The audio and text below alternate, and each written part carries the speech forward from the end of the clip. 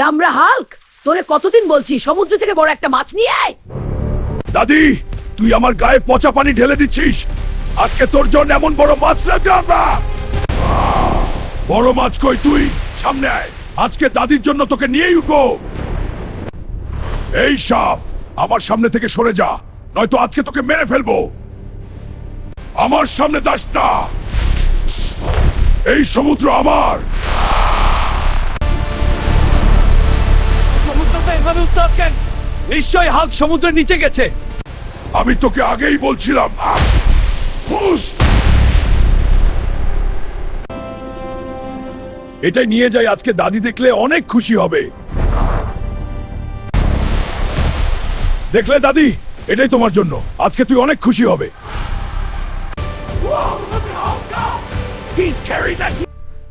গোলামের পুত, তোরে বলছি মাছ আনতে, আর এটার জন্য তুই তিমি মাছ আনবি?